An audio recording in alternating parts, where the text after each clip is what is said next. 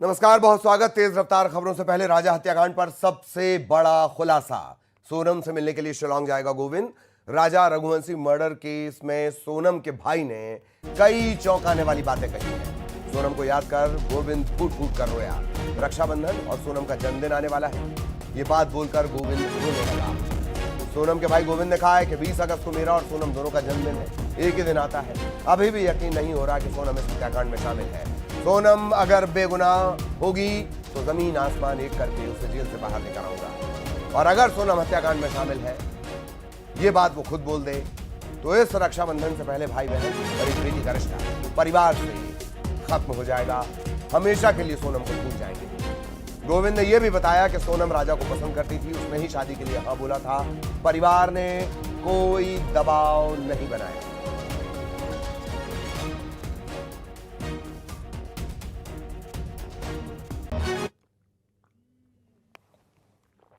राजा रघुवंशी हत्याकांड में लगातार कई सारे चौंकाने वाले खुलासे हुए हैं, लगातार खुलासे हो भी रहे हैं। और आज सोनम के भाई गोविंद हमारे साथ मौजूद हैं, सीधे उन्हीं से बातचीत करेंगे।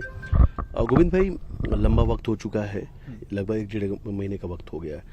बहुत कुछ आपने देखा है, बहुत कुछ चीज़ें आपके सामने भी आई हैं। फिलहाल इन सब चीज़ों को लेकर आपके मन में क्या चल रहा है और आज गोविंद क्या कुछ कहना चाहते हैं? देखिए, अभी तो ये केस जो है वो अभी शिलोंग पुलिस के हाथ में है और शिलोंग पुलिस इसमें काम कर रहा है, मगर इसमें अभी हमें इसका कोई भी आइडिया नहीं है कि क्या क्या चीज़ें, जैसे कुछ ज्वेलरी मिली है, जैसे मीडिया में हमें पता चला है कुछ ज्वेलरी मिली है और लैपटॉप वगैरह मिला है। इसका कोई भी हमें अंदेशा नहीं था और इसका आइडिया भी नहीं है। जी जी। अच्छा, और 2 मंगलसूत्र की बात भी सामने आ रही है, आपको इसके बारे में कोई जानकारी थी?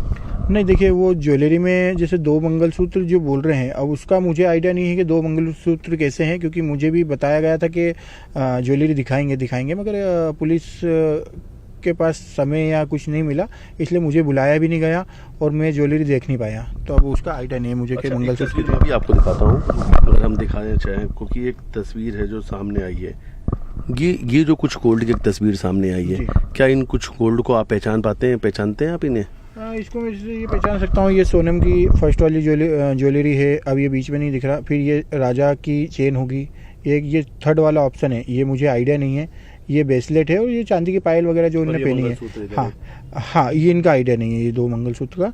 बाकी ये दोनों चेन जो है वो सोनम की, ये सोनम की है, एक राजा की है, और बाकी की जो चांदी की पायल दिख रही है ये हो सकती है उनकी है। इतना मतलब क्लियर से नहीं दिख रहा है वो। और ये लैपटॉप तो मुझे आइडिया नहीं लैपटॉप किसका है, क्योंकि ये लैपटॉप मेरे को काफ़ी पुराना दिख रहा है। ये लैपटॉप अपने यहाँ ना तो ऑफिस स्टाफ में कभी था और ना ही सोनम के पास या राज के पास भी नहीं था। तो ये लैपटॉप कहाँ से आया मुझे आइडिया। राज को लैपटॉप या कंप्यूटर चलाना आता था, कुछ ऐसा इस्तेमाल कर पाता था? हाँ, राज को कंप्यूटर चलाना आता था। पहले मेरा अकाउंट राज ही संभालता था, अभी पिछले 1 साल से उसने अकाउंट संभालना छोड़ दिया था, क्योंकि हमने अकाउंट के लिए एक बंदा अलग से रखा है। राज को सिर्फ गोडाउन हैंडलिंग दी थी, तो राज को पहले सब चीज़ें हमने हैंड ओवर कर दिया था। धीरे धीरे उसको एक एक पार्ट करके हम हटा रहे थे चीज़ों को। अच्छा जी, पहले वो सब अकाउंट का पूरा पैसा, क्योंकि पहले क्या था ना, हमारा बहुत छोटे पैमाने पे बिजनेस था और छोटे मतलब मुश्किल से 5 लोग के साथ काम करते थे, 4-5 लोग काम करते थे। फिर धीरे धीरे एक एक करके टीम बढ़ी, आज हमारी लगभग 10-15 लोगों की टीम है। तो अभी राज के पास हम सिर्फ गोडाउन का ही काम देते थे, जो माल डिस्पैच करना वगैरह वगैरह, उसके अलावा फिर कोई काम नहीं था। और पहले उसके पास लैपटॉप भी था, फिर हमने अभी थोड़े दिन, कुछ 6-8 महीने पहले हमने उससे लैपटॉप भी ले लिया था। और सहयोगी मिथिलेश इस वक्त हमारे साथ जुड़े हुए हैं। मिथिलेश, तमाम बातें हम दिखा रहे हैं, क्या कुछ बात की गई है, गोविंद क्या कुछ कह रहा है। हालांकि ये गोविंद और वो जो गोविंद तलाश के बाद लौटा था, थोड़े अलग अलग नजर आते हैं। और क्या कुछ खास जो अलग करता है इस पूरे केस से इस बात को, मिथिलेश? ललित, ये बात बिल्कुल सही कहा आपने कि जो गोविंद वहां से लौट कर आए थे और अब के गोविंद में बहुत अंतर है, बहुत बदलाव है। क्योंकि कल जब हमने गोविंद से बातचीत की तो गोविंद ने कहा कि वो हमारे घर की सबसे छोटी बेटी है और इस घर की सबसे छोटी सदस्य रही है और घर के लोगों ने उसे बहुत प्यार दिया है। हमें यकीन नहीं हो रहा है कि सोनम हत्या करवा सकती है और न पूरे परिवार को यकीन हो रहा है। इसलिए एक बार मैं सोनम से मिलने ज़रूर जाऊंगा, क्योंकि कहीं कुछ मिसिंग है जो अब तक सामने नहीं आया। मेरी बहन हत्या नहीं करवा सकती है। सोनम जिद्दी थी, सोनम का स्वभाव था जो वो जिद्दी था।